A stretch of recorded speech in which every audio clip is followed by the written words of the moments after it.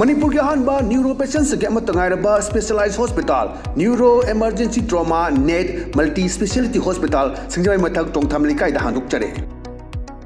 hospital asna maruina BP stroke brain tumor lambi ki khudong thiba spinal disc prolapse spinal tumor amadi migraine chingba layengli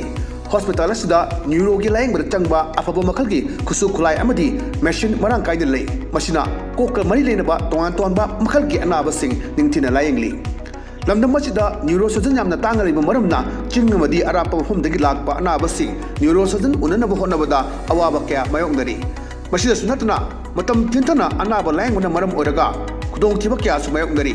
masi punamakdagi kharado orabusu kananaba Dr. Parkinson Singh MCS Neurosurgery AIMS New Delhi na masamaki hospital asida pung kunmari leituna anaba sing layengli hospital asida ataba mamalda layeng batana OPD general amadi ICU beds operation medicine x-ray amadi lab ka mai lena basnasu ataba mamalda hangalli ngasi magdenshin biro amadi kudong saba singa silobiyo hena kubam road gidamak hospital asigi telephone number 7005534166 natraga 8974572154 da pau phabirak yagani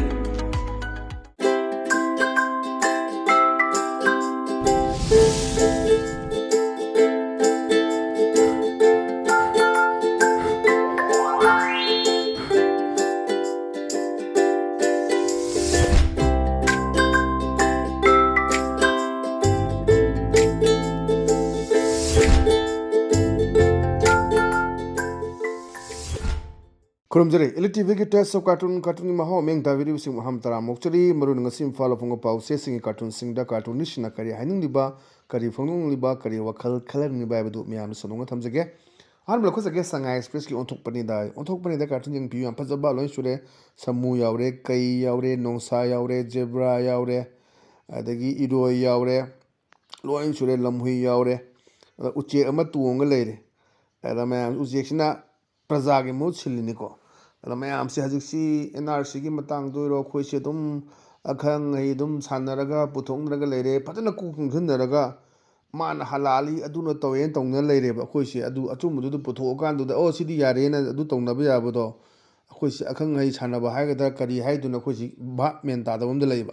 adu film de leiba du da ega BBS na thamak pa yam phajabu cartoon adu section hai nongsa na ma hai ni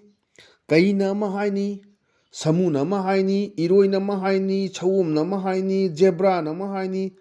praja miyam dadi gyan tadre kanana haiba chumdoi no khangdre numagi hati talagi hingjaba khudi ware dana yam phajaba hajlei ba Manipur gi situation si thamakpa ana phajaba dumba wahan tholai ba cartoon ni miyam re si aduna amana ma hainaraga amana tongna leire dum akhangai chanaba adu fake tu di puthongna raga chumna chumbado thambiraga prajasu bab tanaba lereme bu leremdre su mayamdu toromi haju toromde haju mayamdu adagi document manghan gi haiba mayam tawrai bu tholai mayam singi tamna handaki khoi 2023 me humdai lawrai ba kuki lan sidadi mathang mayak seng tana tungi mirol ladi yamna phaba amdi ohoragani adu hoju yenari basyam phai achumbadu putho kanda mayamda khangan baduni amda ka oidi aduni ngasai cartoonist na pa mi ba mai wakhalon do kari no hoda amana ma hai amana koi bha men dadre no mugi surga chaja ba khudi ware ate talaga chaja ba hingja ba khudi ware haidana duna issue si Manipur se tum ing tapna leiba ngam da tha ahum mari phana ing tam leithi issue ma gi matung da issue ma sum nan toraga chatkhiba mayam se adogi film du leiba du dani ana sisu yamna phajaba wan thok leiba cartoon ne thamjage matang da leisna khoi sanalai ba ki loire dana sina khoi macha sina yu thakchilaga ngauraga sum leiba du da mapa sina ngang du ne ba hoi na sung na ma na bana mama leba ngakli nang na thiwong thakchilaga leiro ne macha na pa ke khumma ke da lenga phau mana solo laga leiri sidi lenga phau mana haini ko mana solo laga leiri si tabi dre sine ba an ayutaro du ne ba man hai se aduna nama se leba nga I nang thibung thakchi laga leire ana yu thakchi na ngau leibu da machana pana pet toroga era leingak pho mana solo laga leiri sidena tabi da budo adu pot ni aduna ma su ta da budo ne na ta de pa nang hai do aduna leingak pho kem to da ai na kai ta thuino na ꯌꯥꯝꯅ ꯐꯖꯕ ꯑꯗꯨꯒ ꯍꯧꯖꯤꯛ ꯂꯩꯔꯤꯕ ꯂꯩꯉꯥꯛꯁꯤꯒꯤꯁꯨ ꯀꯩ ꯍꯥꯏꯇꯥꯔꯦ ꯆꯥꯡꯗꯝꯅꯕ ꯑꯃ ꯎꯠꯂꯛꯑꯀꯥꯟꯗ ꯄꯨꯊꯣꯔꯛꯄ ꯌꯥꯝ ꯐꯖꯕ ꯋꯥꯍꯟꯊꯣꯛ ꯂꯩꯕ ꯀꯥꯔꯇꯨꯟ ꯑꯩꯅ ꯊꯝꯖꯒꯦ ꯃꯊꯪꯗ ꯂꯩꯔꯤꯁꯤꯅ ꯑꯩꯈꯣꯏ ꯄꯣꯛꯅꯐꯝꯒꯤ ꯕꯥꯂꯨꯍꯦ ꯍꯥꯏꯕꯗꯨꯅꯤ ꯕꯥꯂꯨꯍꯦꯁꯤ ꯌꯦꯡꯕꯤꯌꯨ ꯉꯁꯥꯏꯒꯤ ꯑꯅꯧꯕ ꯃꯤꯅꯤꯁꯇꯔ ꯂꯩꯔꯦ ꯃꯥꯒꯤ ꯄꯔꯁꯣꯅꯦꯜ ꯁꯦꯀ꯭ꯔꯦꯇꯔꯤ ꯂꯩꯔꯦ ꯑꯗꯩꯗ ꯆꯦ ꯆꯥꯡꯁꯦ ꯃꯊꯪ ꯃꯊꯪ ꯄꯤꯁꯟꯕꯅꯦ ꯑꯗ ꯃꯥꯅ ꯁꯥꯎꯔꯒ ꯍꯣꯏ ꯃꯁꯤ ꯃꯌꯥꯝꯁꯤꯗꯤ ꯃꯃꯥꯡꯒꯤ ꯁꯔꯀꯥꯔ ꯄꯥꯜꯂꯤꯉꯩꯗ ꯆꯠꯊꯈꯤꯕ ꯉꯥꯛꯇꯅꯤ ꯃꯣꯏꯅ ꯇꯧꯔꯝꯕꯅꯦꯅ ꯑꯗꯨꯅ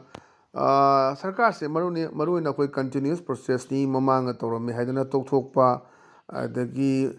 ꯀꯟꯇꯤꯅ꯭ꯌꯨ ꯇꯧꯔꯣꯏ ꯍꯥꯏꯕ ꯐꯖꯕ ꯄꯣꯠꯇꯨꯗꯤ ꯇꯧꯃꯤꯟꯅꯗꯅ ꯂꯩꯕꯥꯛꯁꯤ ꯐꯅꯕ ꯃꯊꯪ ꯃꯥꯒꯤ ꯑꯅꯧꯕ ꯂꯩꯉꯥꯛ ꯑꯅꯧꯕ ꯂꯤꯗꯔ ꯂꯥꯛꯑꯀꯥꯟꯗ ꯃꯥꯒꯤ ꯋꯥꯈꯜꯂꯣꯟ ꯃꯥꯟꯅꯔꯣꯏ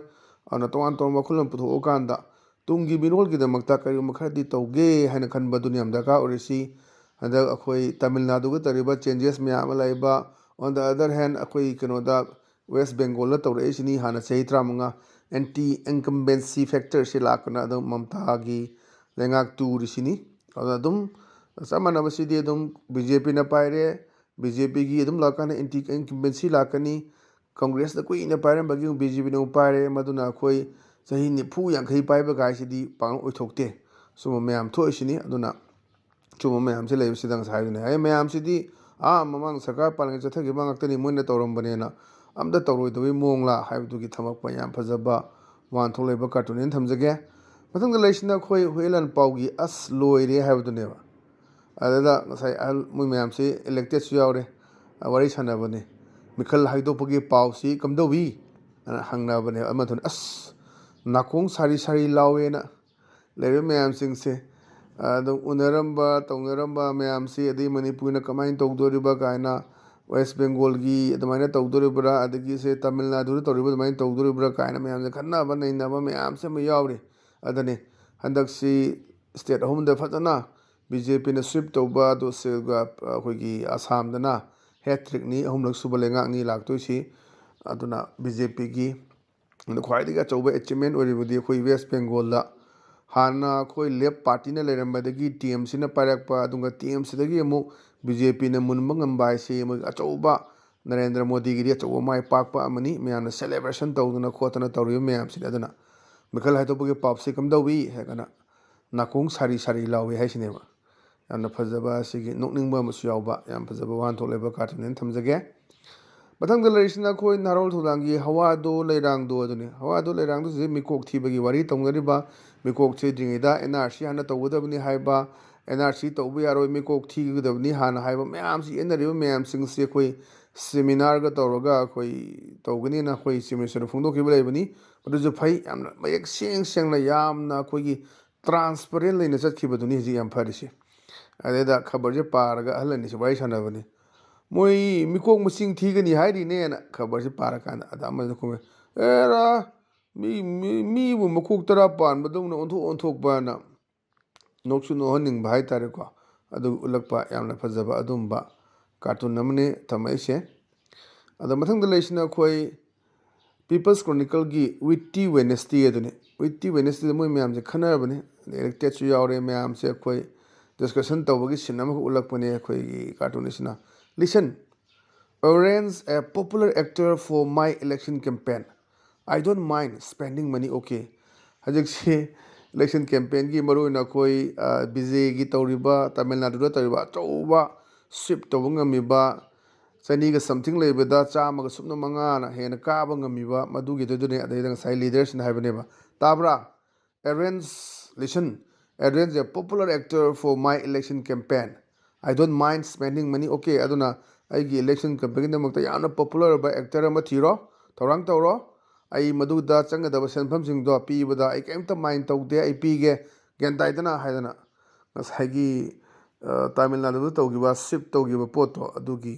ꯋꯥꯐꯝꯗꯨꯗ ꯕꯦꯁ ꯇꯧꯔꯛꯑꯀꯥꯟꯗ ꯌꯥꯝꯅ ꯐꯖꯕ ꯑꯗꯨꯕꯨ ꯑꯩꯈꯣꯏ ꯃꯅꯤꯄꯨꯔꯗꯗꯤ ꯃꯥꯏ ꯄꯥꯛꯈꯤꯗꯦ ꯃꯃꯥꯡꯗ ꯑꯦꯛꯇꯔ ꯑꯗꯒꯤ ꯁꯤꯡꯒꯔ ꯃꯌꯥꯝ ꯑꯃ ꯂꯦꯞꯈꯤꯕꯁꯤ ꯃꯥꯏ ꯄꯥꯛꯈꯤꯗꯕ ꯑꯣꯏꯈꯤ ꯑꯗꯨꯒ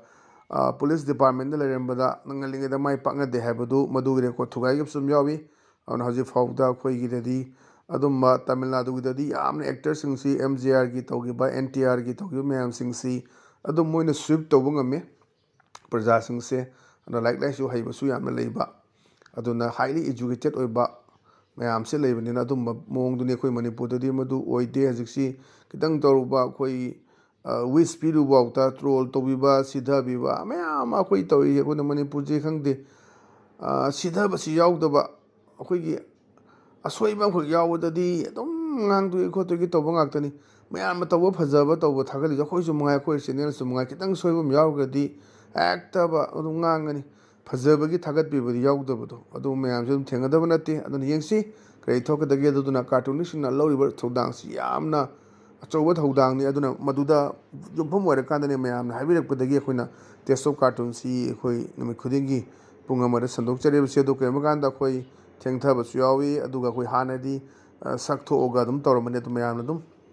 ꯄꯥꯔꯒꯁꯨ ꯌꯥꯏꯗ ꯍꯥꯏꯅ ꯍꯥꯏꯕꯤꯔꯛꯄꯗꯒꯤ ꯑꯩꯈꯣꯏ ꯄꯥꯔꯒ ꯃꯌꯥꯝꯗ ꯀꯃꯦꯟꯗꯨ ꯄꯤꯖꯕꯅꯤ ꯑꯗꯨꯅ ꯃꯥꯒꯤ ꯃꯌꯥꯝꯁꯦ ꯑꯗꯨꯅ ꯉꯁꯤꯒꯤꯗꯤ ꯑꯗꯨꯝ ELITE TVꯒꯤ ꯇꯦꯁ ꯑꯣꯐ ꯀꯥꯔꯇꯨꯟꯒꯤ ꯃꯍꯥꯎ ꯃꯇꯥꯡ ꯑꯁꯤꯗ ꯂꯣꯏꯁꯤꯟꯖꯔꯦ ꯃꯤꯌꯦꯡ ꯇꯥꯕꯤꯔꯤꯕꯁꯤꯡꯕꯨ ꯑꯃꯨꯛ ꯀꯟꯅ ꯈꯨꯔꯨꯝꯖꯕ ꯂꯣꯏꯅꯅ ꯀꯥꯏꯅꯅꯕ ꯌꯥꯊꯪ ꯅꯤꯖꯔꯤ ꯄꯤꯅꯕꯤꯔꯁꯤ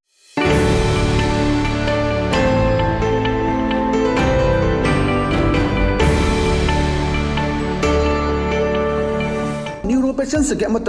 specialise hospital neuro emergency trauma नेट मल्टी स्पेशलिटी हॉस्पिटल सिंगजमई मथक टोंगथाम लिकाइदा हांदोकचरे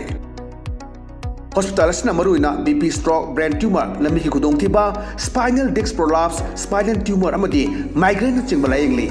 हॉस्पिटल असदा न्यूरो की लायंगबद चंगबा अफबा मखल की खुसु खुलाई अमदी मशीन मरांग कायदे लई मसिना कोक मरी लेनबा तोंगान तोंबा मखल की अनाबसिंग निंगथिना लायंगली लमदम मसिदा neuro surgeon यामना तांगरिबा मरमना चिंगमदी अरापा मफमदगी Lakpa अनाबसिंग neuro surgeon उननबा होनबदा अवाबा कया मायोंगदरी मसिदा सुनतना मतम थिंथना अनाबा लायंगबना मरम ओरगा खुदोंथिबा कया सुमायोंगदरी मसी पुनमक्तगी खरदो ओरबसु कन्ननबा डॉक्टर पार्किंसन Singh MCS neuro surgery AIIMS new दिल्लीना मसामकी हॉस्पिटल असिदा पुंग कुनमरी लेदुना अनाबा सिंह लायंगली हॉस्पिटल असिदा अताबा ममलदा लायंग मतनतना OPD जनरल अमदी ICU beds operation medicine X-ray अमदी लैब कमरी लेनबसनसु अताबा ममलदा फंगल्ली ngasimagnation biro amadi kudong saba singasi lobiyo hena kubam rol gidamag hospital asigi telephone number 7005534166 natraga 8974572154 da pau phabirak bu yagani